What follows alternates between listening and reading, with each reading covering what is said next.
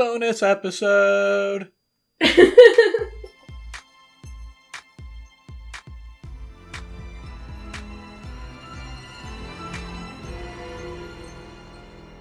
So today, it's not a normal day for recording. I know, shocker. But we forgot to talk about one of the alt scenes that happened between minute 58 and 59. So, Oops. Yeah, it doesn't really fall, like, I had planned on recording this in yesterday's minute, but I forgot to talk about it because I was distracted. So, pretty much, it's a short alt scene, but it's a neat one, and I can understand why they cut it out because it gets covered kind of later on in the movie.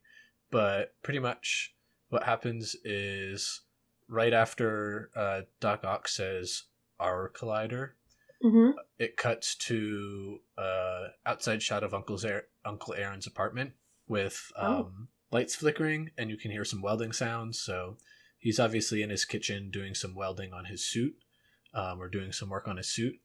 And then you hear a knock at the door, and you're like, "Oh, who's it gonna be? Like, is it gonna be Miles? Is it gonna be something?" Wait, but do we see the suit in this alt minute? No, it's just him like Welding. We just hunched see him welding. over, Okay, at the counter. This one was cut earlier because it's still kind of rough sketches. Okay, I was just curious. Need to know what I'm visualizing here. He opens up the door, and it's Jeff, and he says, "It's been a while." He's like, "Yes, it has," and Jeff's all serious and asks if Miles is there, and they have a back and forth. Aaron's like, "No, he's not here," and he hasn't been here in a bit, and Jeff is like, "Oh, so he's still coming over," and he's like, "It's a free country." And they establish that it's been 2 years since the brothers have talked to each other. They just kind of have a little back and forth about how Jeff doesn't want Aaron to be a bad influence, and Aaron's like, "Hey, he's not going to grow up to be like us. He's different than the two of them." And Jeff doesn't really not buy it, but he's still he's concerned for his son, which is understandable. He's a dad. Yeah. And then like a pizza guy pops up. He's like, "Delivery," and Aaron's just like, "Well, okay, my food's here," and like takes it and takes the pizza, and Jeff's just like, "Well, if he shows up, tell him I'm looking for him," and then walks away. And then Aaron just like closes the door, and then it hard cuts to Gwen, Miles, and Peter on the bus. Yeah, it makes a bit of sense, like why they cut it, kind of. Yeah, I'm thinking to when they do talk about it later in the movie, like when Jeff calls Aaron, and I do like that a lot better for a few reasons. One, it's also just, first off, this alternate is now making me realize that like Jeff and Aaron are never like physically around each other in this movie until it's too late. Yeah. Like, they don't actually get to interact with each other. But talking from more of a playwright actor standpoint, it's really nice that they don't interact with each other until, or like physically, or even just talk to each other until Jeff calls Aaron, because it's right at that call you can feel his hesitation. You can, the way they animate, and we'll talk about it more once we get to that minute. But like, I remember even in the animation, like you feel just all of that tension beforehand of them just never really even being in the same room. Yeah, it also, like, this does, like, at least help establish that, like, that his dad was at least looking for him prior to everything going, everything bad happening, and, like, it wasn't just like, he's missing for a couple days, oh well. Yeah.